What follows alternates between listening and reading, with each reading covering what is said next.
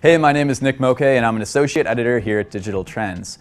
We're actually a consumer technology and lifestyle magazine, which basically means that rather than just focusing on technology for technology's sake, like a lot of enthusiast sites do, we try to look at how technology can actually improve people's lives, the way they live.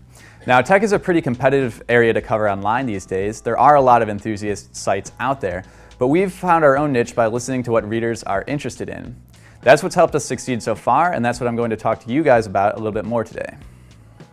The real bread and butter of our site is reviews, which to us means really spending a lot of time with these products, going hands-on, using them the way consumers do, and really testing them as they're meant to be used. The main thing I keep in mind when I do reviews is that people are actually going to be spending their hard-earned money on these products. So if I'm not telling it like it is, they're really not going to be happy. They're not going to trust the site when they actually spend their money on one of these things and it doesn't turn out to be as good as I said it was, or there's something they didn't realize about it that really is making a big difference.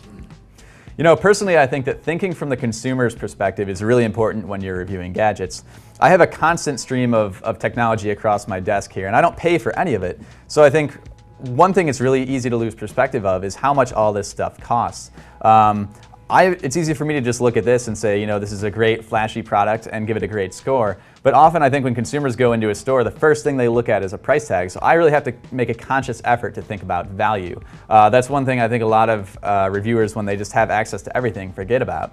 The other thing is that when you're in an environment like this, in an office where I'm constantly reviewing products, I make an effort to actually go out and test these in the real world as they're meant to be used. I can sit around here all day with this laptop, but if I don't take it home, if I don't try it out in the sun, if I don't throw it in a backpack and try to move around with it, I'm not really experiencing this notebook the way that most consumers will.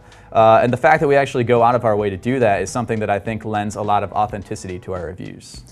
With the rapid pace of tech innovation, keeping consumers up on the latest and greatest through news posts is a major part of what we do here at Digital Trends. The challenge for us is, how do we differentiate ourselves in our news coverage when literally thousands of bloggers have access to the same information through press releases? In short, educated writers. Every Digital Trends writer has a degree in either English or journalism. So rather than crafting chatty blog posts and snarky rants, we produce even-handed, well-researched news articles. I think that our readers really appreciate that we're able to color stories with insight, not just opinion. If there's one overriding principle that has really kept us on track here, it's listening to users, whether that's through Facebook, through Twitter, or through the user comment system on our site. People know what they want, and when they're on the web, they're not afraid to speak up. Sometimes they challenge us. The smart, educated web users who read about and buy technology see right through thin content the same way they see through thin, unsubstantial marketing campaigns. Listening to our readers and producing intelligent content that challenges them rather than pandering to them is really what has set Digital Trends apart. And it's a strategy we think will continue to serve us well as we continue to move forward.